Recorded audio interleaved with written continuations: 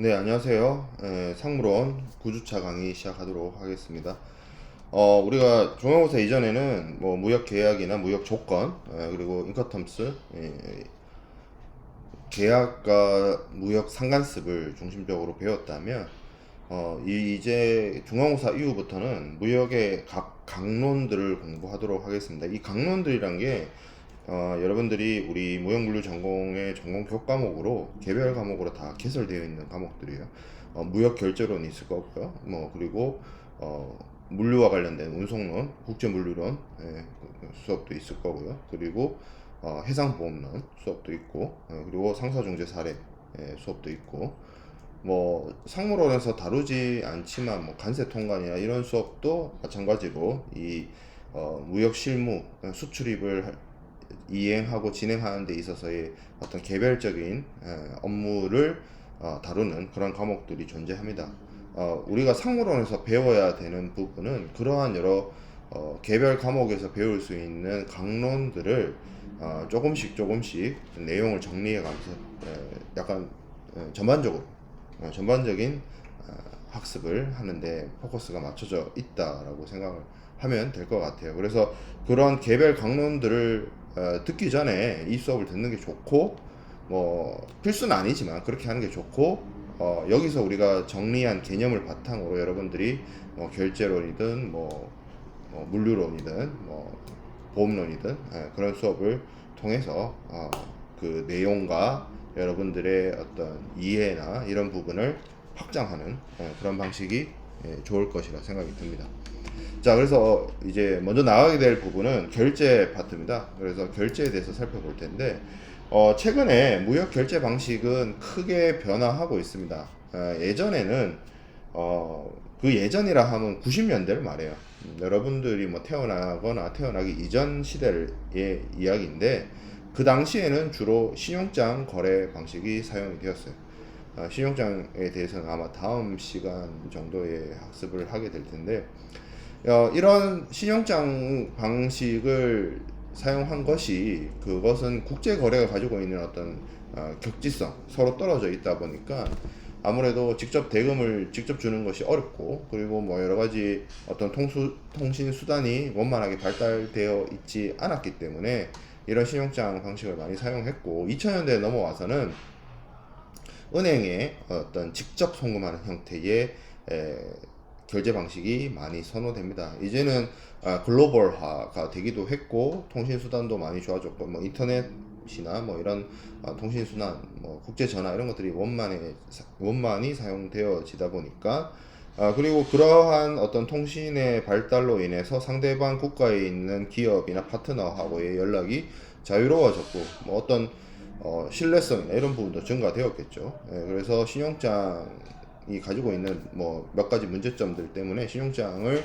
사용하지 않고 송금 방식을 많이 사용을 하는 추세이고, 이제 최근에 들어와서는 이제 4차 산업혁명과 관련해서 뭐 핀테크라든지 블록체인을 이용한 방식이라든지 아니면 코인을 이용한 결제 방식이라든지 그런 식으로 좀 그게 이제 기업들이 그런 걸 아직까지 많이 도입해서 쓴다기보다는 그런 것들을 통해서 대금 결제를 할 수 있지 않을까 하는 차원에서 여러 가지 연구와 실험이 진행되고 있는 단계다. 그리고 아직까지는 송금 방식을 통한 대금 결제 방식이 가장 많이 사용되고 있다. 정도로 정리를 할 수 있을 것 같아요. 그렇다고 해서 뭐 신용장 대금 결제 방식이 완전히 사라졌냐? 아닙니다. 뭐 일부분에 있어서 뭐 약간 그 조금 뭐라고 해야 될까요? 개발도상국이나 신용 수준이 조금 미흡하거나, 아니면 어떤 그 이 운송, 이게 최근에 좀 많이 쓰이는 게 운송 중 전매, 운송 도중에 어떤 물품의 주인이 바뀌거나 할 수 있는 어떤 벌크 화물들, 1차 산물들의 거래에 있어서는 뭐 여전히 아직까지는 신용장 그 사용이 이루어지고 있다. 이렇게 말씀드리고 싶네요.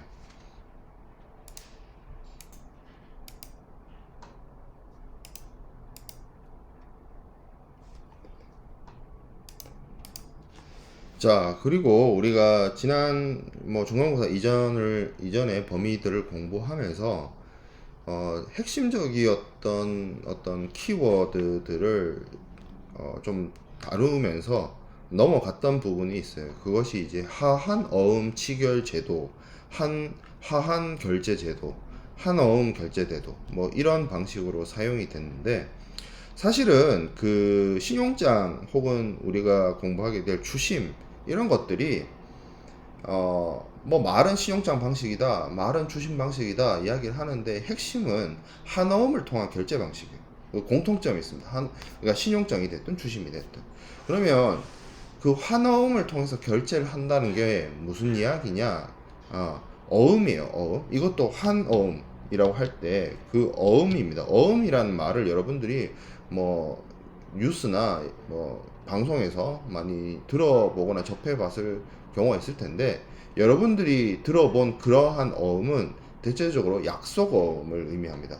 약속어음이란 게 지금 당장은 현찰이나 대금이 없고 나중에 사후에 은행 계좌에 있는 대금을 뭐 60일이 됐든 90일이 됐든 기한 후에 지불하겠다라고 하는 어떤 일종의 뭐 차용증이라고 해야 될까요? 아니면 외상 거래라고 해야 될까요? 이게 이제 기업들이 어음 거래한다, 어음 거래한다 이런 표현을 쓴단 말이에요.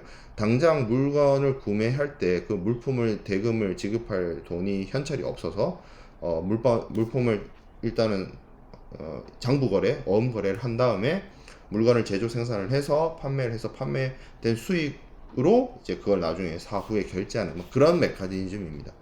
근데 그거는 보통 이제 우리가 일상생활에서 사용하는, 지금은 잘 안 쓰지만 5만 원권 때문에 잘 안 쓰긴 하지만 자기압수표 같은 거랑 뭐 금액이나 어떤 뭐 여러 가지 어떤 그 당사자의 역할이나 이런 부분이 조금 차이가 있지만 메커니즘 자체는 비슷해요. 자기압수표나 약속어음이야. 근데 그런 약속어음과 조금 메커니즘이 정반대인 것이 한어음이에요.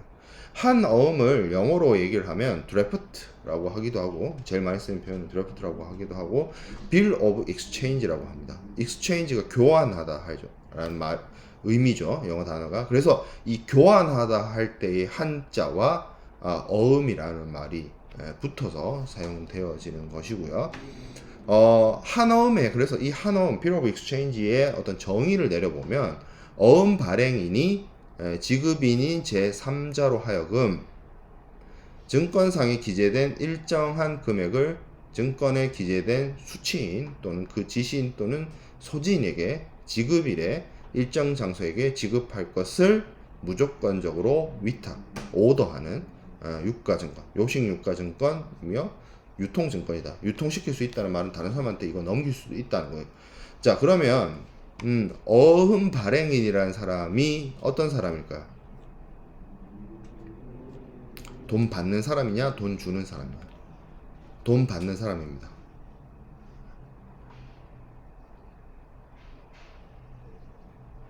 그리고 한 어음을 작성하는 사람이에요. 지급인은 돈 주는 사람입니다. 그리고 한 어음을 받는 사람이에요. 근데 한 어음은 우리가 자기압수표나 약속어음은 돈 주는 사람, 그 외상으로 돈 주는 사람, 돈 받아서 가야 되는데, 지금 돈을 현찰로 받아야 되는데 현찰을 못 받아서 약속어음 받고 나중에 60일이나 90일 뒤에 돈 받아가는 사람, 이렇게 어음을 만드는 사람. 그 여러분들 그 영화에서 그런 거 있죠, 왜 백지수표, 수표책.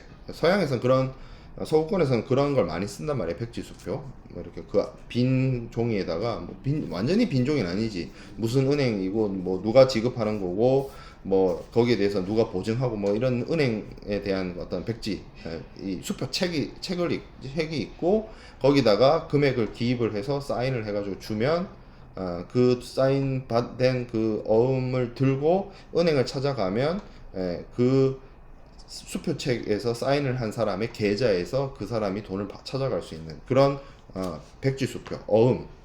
그거를 한번 생각을 해보세요. 그런 게 굉장히 잘 나와 있는 영화가, 이제는 굉장히 오래된 영화인데, 레오나르도 디카프리오하고 그 톰 행크스가 나온 캐치 미 이프 유 캔이라는 영화가 있어요. 굉장히 오래돼서 한 20년 정도 된 것 같은데, 그 레오나르도 디카프리오의 리즈 시절을 볼 수 있는 영화입니다. 물론 그 형의 리즈 시절은 타이타닉이었지만 캐치 미 이프 유 캔도 재밌어요. 그 캐치 미 이프 유 캔의 내용이 그 레오나르도 디카프리오가 그 수표책 가지고 장난치는 내용이거든요. 어쨌든 그런 메커니즘이에요, 약속어음은. 근데 한어음은 익스체인지 돼 있다는 거잖아요. 익스체인지가 돼 있어요. 자, 그래서 보통 약속어음은 아까 제가 설명을 한 것처럼 지금 돈을 줘야 되는 사람이 현찰을 못 줘가지고 수표를 대신 끊어주는 거예요. 그러면 이 사람이 결국에는 돈 줄 사람이 되는 겁니다. 약속어음이나 수표는 그 수표나 약속어음을 끊어서 발행하는 사람이 돈 줄 사람, 소위 말해서 채무자가 돼요. 그리고 수표나 약속어음을 받아가는 사람이 나중에 돈 받을 채권자가 돼요. 돈 줄 사람이 수표 끊어서, 지금 현찰이 없으니까 수표 끊어서 돈 받을 사람한테 수표를 주는 게 약속어음이란 거예요. 근데 한어음은 익스체인지가 돼 있습니다. 어떻게 돼 있겠어요? 당연히 돈 받아야 되는 사람이 돈 받아야 되는 사람이 어음을 발행합니다.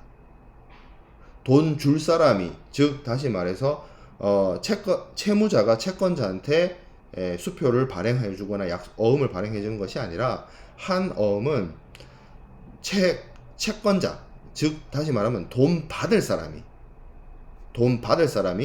돈 줘야 되는 사람, 돈 줄 사람, 채무자에게 돈 내놓으라고 발행하는 것이 한어음이에요. 그래서 한어음은 일종의 청구서 같은 개념이기도 해요. 그래서 이 돈 받을 사람이 돈 줄 사람인 지급인에게 그 무역 거래라고 하는 거는 경우에 따라서 은행에게 이제 내고를 하기도 하고 뭐 하기 때문에, 아니면 이게 뭐 수출자 수입자에 따라서 양도가 되기도 하기 때문에, 그 거래의 정황에 따라서 실제로 돈 받아가는 사람은 어음 발행이 본인이 될 수도 있고요, 다른 제3자인 은행이나 뭐 대리인이 될 수도 있습니다. 그래서 이 돈 받을 사람이 돈 줄 사람한테 실제로 돈 수령해야 되는 사람, 이 지급인이 돈을 직접적으로 지급해야 되는 사람한테 정해진 날짜에 정해진 장소에서 그 돈을 지급해서 처리하도록 하는 것이 이 한어음의 메커니즘이다. 그래서 기본적으로 당사자가 3명이 등장합니다. 발행인, 지급인, 수취인, 이렇게 등장을 하고, 차이점이 약속어음과 수표는 채무자가 발행을 하고 한어음은 채권자가 발행을 한다는 점이죠.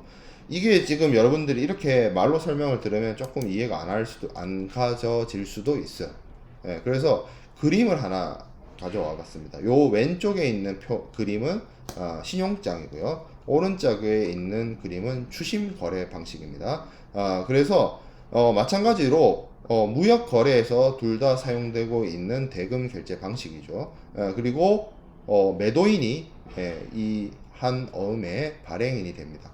마찬가지죠. 신용장이 됐든 레터 오브 크레딧이 됐든 추심이 됐든 매도인이 돈 받을 사람, 수출자고 물건을 보내고 돈을 받는 사람이죠. 매도인이 수출자니까. 그래서 이 매도인이 한 어음을 발행을 합니다. 한 어음을 발행을 하는데, 이것을 직접적으로 매수인한테 보내는 것이 아니라 은행을 통해요. 한어음을 이용한다는 것 자체가 은행을 이용을 합니다. 그 차이가 어떻게 보면 송금 방식하고 차이고, 이렇게 은행을 통할 때 은행이 단순한 이 한어음의 전달자 역할을 수행을 하는 것은 추심 거래 방식이고, 이 한어음을 바탕으로 어떻게 보면 은행들이 직접 지급에 대한 약속을 하고, 아니면 그 어음을 할인해서 선구매하거나 하는 방식을 이용을 하는 게 신용장 방식이에요. 은행이 주도적으로 한어음을 유통시키면서 자신이 지급 약속을 하는 게 신용장 방식. 은행이 이 한어음을 그냥 전달만 하는 역할, 전달자 역할에만 국한되는 것이 추심 방식이에요. 그리고 돈을 지급하는 주체 있죠. 돈을 지급하는 주체도 추심의 경우에는 매매 거래 계약의 당사자인 매수인, 수입자, 물건 사는 사람, 이 사람이 물건을 받고 돈을 지급하기 때문에 추심 거래 방식은 이 수입자이자 매수인이 돈을 지급해야 되는 지급인이 됩니다. 그렇지만 신용장은 달라요. 신용장은 은행이 일정한 조건 하에서 매도인인 그 수익자에게 대금 지급을 약속하는 거래 관계이고 계약 관계이기 때문에 신용장의 발행 은행이 지급인이 됩니다. 그게 다른 거예요. 신용장과 추심의 다른 점이. 그래서 지급인이 여기 있고 여기 있다. 그래서 신용장의 경우에는 매입 신용장, 인수 신용장 이렇게 나누는데, 그 매입 신용장이나 인수 신용장은 어떻게 보면 그 신용장의 어떤 사용 방법에 따른 구분이고요. 뭐 어찌됐든 매도인이 발행인이라는 점은 똑같습니다. 매도인이 발행인이라는 점은 똑같고, 매입은행을 이용을 하거나 아니면 바로 직접적으로 인수은행이 역할을 하거나 그 차이입니다. 그래서 은행이 돈을 지급하게 되는 드로위가 되는 것이고요. 그래서 신용장의 수익자인 매도인이 한 어음을 발행하면 이 한 어음을 뭐 매입 방식이든 인수 방식이든 이렇게 넘어가게 되면 신용장의 그 지급인, 신용장을 발행한 발행은행이 지급인이 돼서 대금을 정해진 날짜, 정해진 기한에 이 수취인한테 지급을 하는 것이 신용장 거래 방식이고, 그리고 추심 방식은 매도인이 이 한엄을 발행을 하고 그것에 대해서 지급을 하는 지급인이 있고, 그리고 돈 받을 사람도 수취인인 매도인이 되는, 은행들은 단순히 서류의 전달자 역할을 하는 그러한 경우가 추심 방식이 됩니다.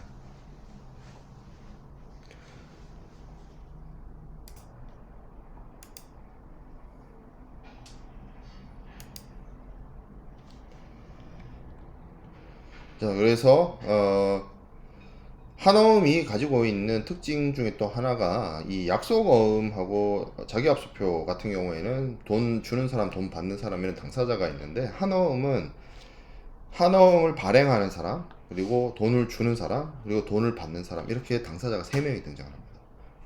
그래서 추심의 경우에는 한어음을 발행하는 사람하고 돈을 받는 사람, 그러니까 이 발행인과 수취인이 같은 사람이 되는 거고요. 돈 줄 사람은 매수인, 수입자가 되는 것이고, 이 신용장의 경우가 되게 복잡해지는데, 일단 신용장이 개설이 되면 그 신용장 조건에 일치하는 서류 제시에 대해서 발행은행이 대금 지급을 약속하기 때문에, 이 부분은 지금 제가 방금 설명한 부분은 이해가 안 돼도 상관없어요. 어차피 다음 주에 우리가 신용장 공부를 할 거니까. 그 발행은행이 지급인이 되고요. 서류를 발행한 사람은, 이 한어음을 발행한 사람은 매도인, 수출자가 되고요. 그리고 매입은행이나 아니면 지정된 은행, 인수은행 이런 곳이 돈을 받는 수취인이 될 가능성이 큽니다. 그런 부분이 있기 때문에 좀 차이가 있다라는 부분이죠. 그래서 요 밑에 있는 설명 한번 읽어보면 될 것 같고요. 자, 그러면 이번 시간에 우리가 주로 학습하게 될 내용들은 주심, 그리고 어떤 송금 방식, 신용장 방식을 제외한 나머지 대금 결제 방식에 대해서 좀 살펴보려고 합니다.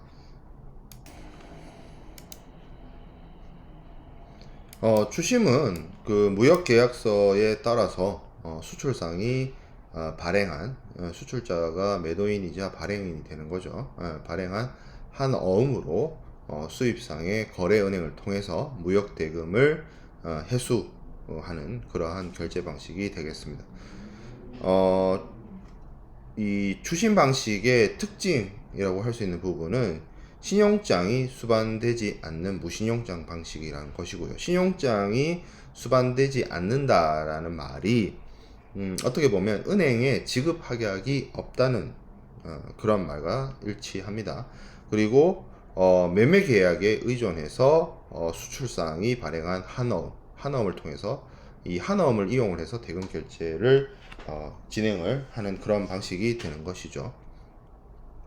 그리고 이 추심에 대한 어떤 국제적인 통일 규칙은 ICC가 제정한 추심 통일 규칙이 있고요. 뭐 그 외에도 뭐 그 전자적 제시를 위한 URC 뭐 이런 것들도 있고, 뭐 추심 지시서와 관련된 URC 뭐 이런 것들, 오둘둘의 어떤 그 이걸 이제 줄여서 그냥 URC 이렇게 얘기를 하는데, URC 오둘둘은 사실 뭐 실무적으로 그렇게 많이 쓰이지는 않아서, 뭐 ICC가 제정했다는데 취지가 있고, 어떻게 보면 추심과 관련된 여러 가지 은행의 관련 사무나 이런 부분들을 좀 정리해놨다는 측면에서는 뭐 큰 의미가 있다라고도 볼 수 있으나, 상대적으로 UCP 신용정 통일 규칙 보다는 그 어떤 중요도나 어떤 필요성이 조금 떨어지긴 합니다. 주심이라는 것 자체가 많이 안 쓰이는 대금 결제 방식이기 때문에 그렇죠.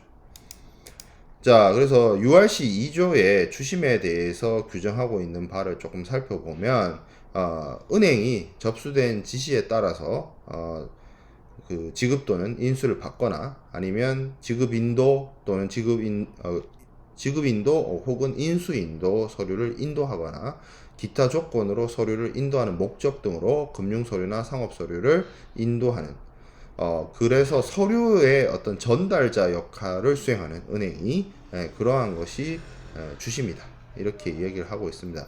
여기서 금융서류라고 하는 거는 우리가 앞에서 배웠던 한어음이나 약속어음, 자기압수표 이런 것들, 돈을 지급하거나 돈을 지급받기 위해서 활용되는 그러한 서류들을 다 금융서류라고 얘기를 하고요. 상업서류는 송장이라든지 선화증권이라든지 그런 서류들이 이제 상업서류에 해당이 됩니다. 자, 주심의 당사자는 주심의뢰인, 주심의뢰은행, 주심은행, 제시은행, 지급인이 있는데, 여기서 주심의뢰인은 수출자이자 매도인인 사람이 됩니다. 그리고 물품의 송화인. 그래서 셀러란 말은 물품을 판매하는 매도인이라는 뜻이고, 컨사이너라는 말은 물품의 송화인이라는 뜻이고, 드로워라는 표현은 한 어음을 발행하는 사람이라는 뜻이고요. 익스포터는 수출자를 의미하죠. 같은 사람이죠. 같은 사람을 이야기하고 있는 것이죠. 이 사람이 은행에게 서류 전달과 대금 회수를 요청하는 주심 의뢰인이 되고요. 그래서 이러한 그 수출자의 의뢰를 바탕으로 그 보통 이제 수출자의 거래은행이 되겠죠. 수출자의 거래은행이 이제 주심 의뢰은행이 돼서 그 역할을 수행을 하는 거죠. 서류 전달하는 것이고, 실제로 수입자, 돈을 지급해야 되는 지급인의 거래은행이 보통 이제 그런 은행들이 서로 연결이 돼 있죠. 은행과 은행 간에 연결이 돼 있어서 이 은행들을 쭉 통해서 대금 결제를 회수를 하는 그런 방식이 됩니다. 자, 그리고 추심은행 이렇게 등장하는데, 추심의뢰은행이 요청한 추심의뢰서에 따라서 지급인에게 결정적으로 추심을 그 하는 그런 은행들을 이제 콜렉팅 뱅크라고 하고요.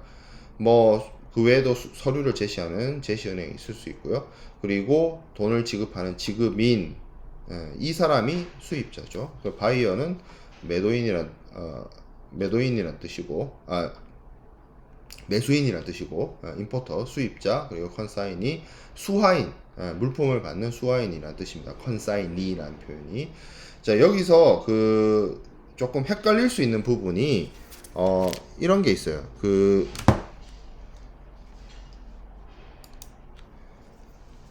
우리가 그 한어음을 발행하는 사람을 드래프트를 발행한다라는 의미로서 드로워라고 이야기를 하거든요. 발행인.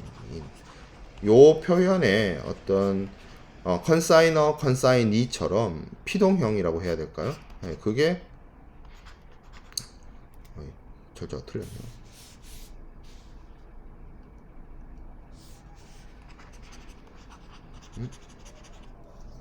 안 되지.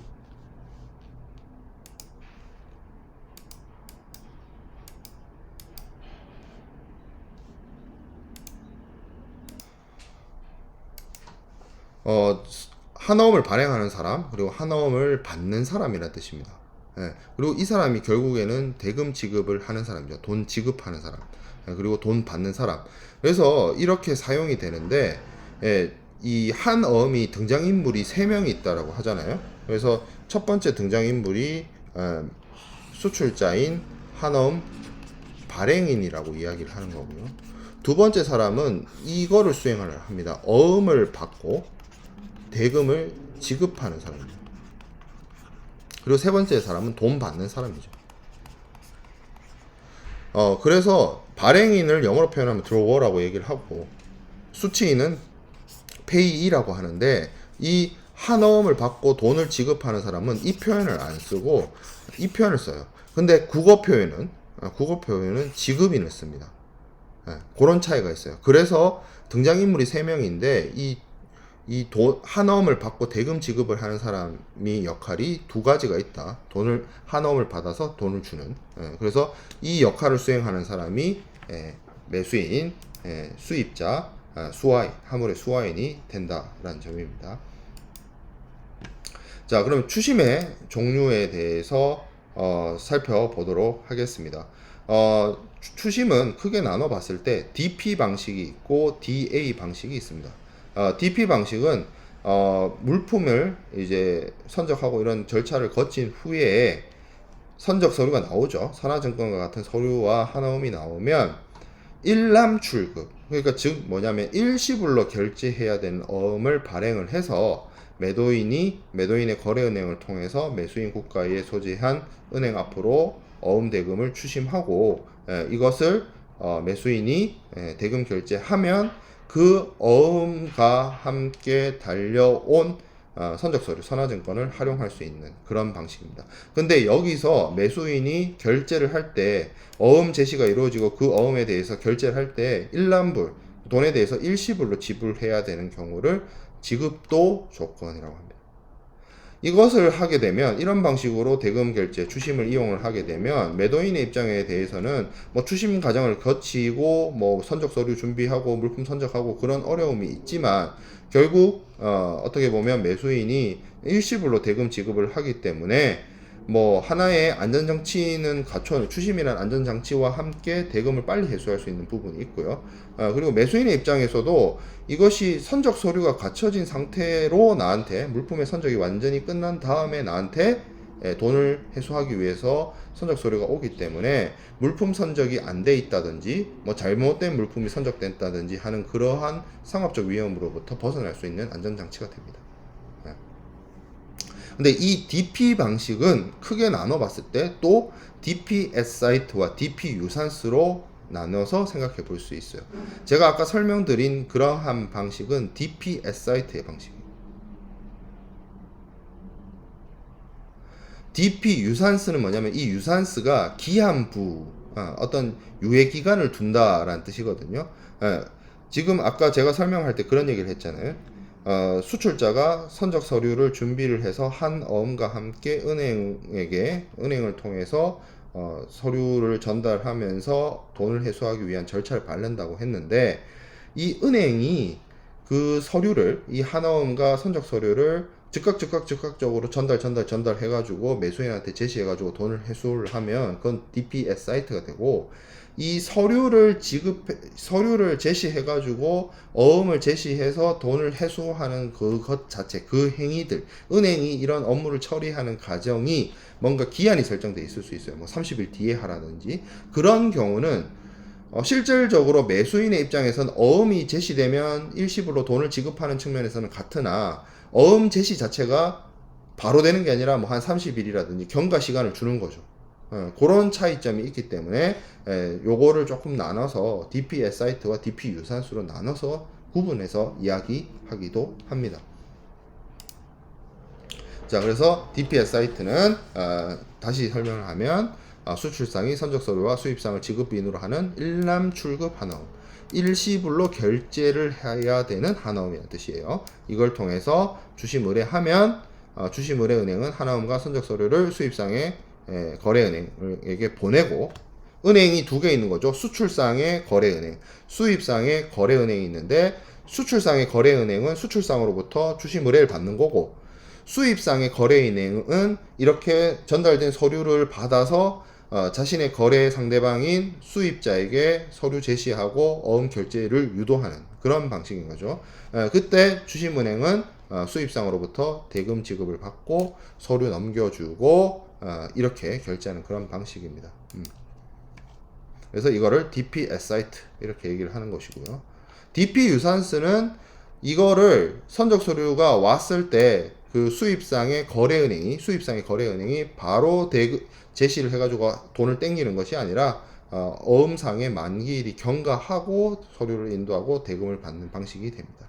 그래서 DP는 DP인데 기한이 붙어 있다고 생각하면 돼요. DP가 제가 일시불이라고 했잖아요. 근데 일시불은 일시불인데 카드를 좀 천천히 긁어도 되는 일시불인 거예요. 그래서 DPS 30 days라든지 이런 식으로 날짜가 설정이 되어 있습니다.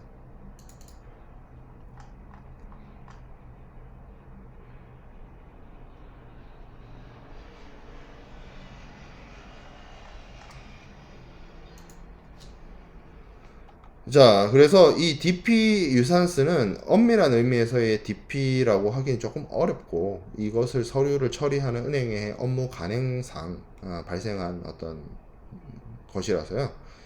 DP와 DA 사이에 존재하는 어떤 중간 단계? 우리가 이 보면 그 C 데미지 같은 거, 이게 분명히 선적 품질 조건이었지만 해수에 의한 그 어떤 피해 같은 것들은 매도인이 책임을 지는 그런 것들 있죠. 그 절충 단계라고 볼 수가 있어요. DP는 무조건 한 번에 결제해야 되고 DA는 기한을 주는데 서류 제시를 조금 천천히 해줘서 말미를 주는, 대신 돈을 한 번에 내야 되는 이런 그 어느 정도의 절충 단계가 DP 유산스가 되겠습니다. 자, 그래서 DP를 이용하는 방식의 이 어떤 개념도가 이제 11번 슬라이드에 있는 모습이고요.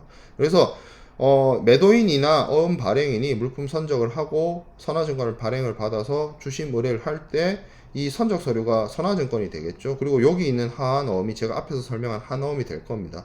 요걸 이렇게 주식의뢰은행에 보내면 이 주식의뢰은행은 매도인의 거래은행이 되는 거고, 매수인의 거래은행이 이쪽 주식은행이 돼서 요렇게 서류가 전달이 되고, 서류가 왔다는 이야기를 하면 일시불로 대금 결제하고, 대금 결제가 이루어지니까 이쪽 주식은행은 여기서부터 받은 선적 서류, 선화증권을 넘겨주겠죠. 그럼 요 비회를 들고 매수인이 어떤 수입상을 찾아가서 대금 결제를 하는 방식. 그리고 돈은 이미 지급됐기 때문에 다시 역순으로 이렇게 매도인에게 돌아가는 그러한 방식이 DP 방식. 근데 DP 유산스는 뭐예요? 요 부분을 조금 천천히 해주는 거예요. 기한을 정해서. 그게 DP 유산스다. 자, 그 다음에 인수도 조건이 있습니다. 인수도 조건은 물품 대금의 추심 과정은 DP하고 비슷합니다. 비슷한데 기한부 하나음을 쓰는 거예요. 결제를 한 번에 하는 게 아니라 할부하는 거예요. 할부 거래. 쉽게 말해. 그러면 아무래도 DP보다는 DA가 물건 사는 사람인 수입자 매수인에게 조금 더 유리하겠죠. 매도인은 불리하겠죠. 돈을 늦게 받으니까. 외상거래 하는 거예요. 외상거래. 자, 그래서 바로 그림을 보면 거의 다 비슷하죠. 거의 다 비슷한데 서류 도착 통지를 하면 여기서 대금 결제가 나가는 게 아니라 한 어음을 받아요. 그러니까 그 한 어음 자체에 60일 뒤에 결제하세요, 90일 뒤에 결제하세요, 120일 뒤에 결제하세요 적혀 있어요. 그래서 그 어음을 인수를 하고, 그래, 이 내가 갖고 있을게. 그리고 이 어음 만기일에 내가 결제할게. 어음을 accept 합니다. accept 하면 그 accept를 할 때 서류도 같이 줘요. 그래서 이 받은 서류 가지고 BL 가지고 물품 찾아가면 돼.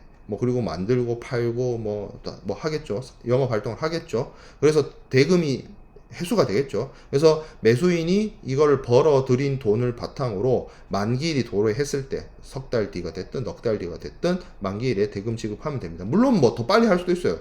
조기 지급, 조기 상환 아무 문제 없어요. 할 수 있지. 상관없어요. 하지만 만기일에 대금 지급해도 된다. 그래서 이 기간 동안 대금의 역순, 대금의 이 해수가 그만큼 늦어지기 때문에 DP보다 DA가 어떻게 보면 매수인에게 유리한 대금 결제 방식이 됩니다.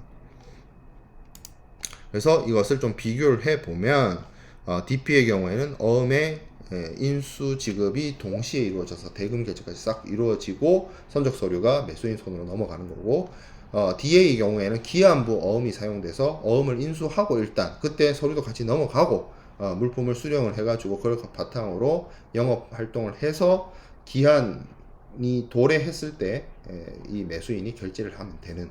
만약에 기한이 도래했는데 결제를 안 하면요, 부도죠. 어음 부도 나는 거죠. 그 차압 들어오는 거죠, 채권자들한테. 그렇게 되는 겁니다. 뱅크럽이 나는 거. 그게 말하는 뱅크럽입니다. 소위 말하는. 그래서 주심에는 이렇게 크게 DPD 그리고 DP는 실무적 관행상 DP 유산스가 존재한다 라는 점입니다. 자, 그래서 DP의 종류까지 살펴보았습니다. 조금 내용을 끊어서 가도록 하겠습니다.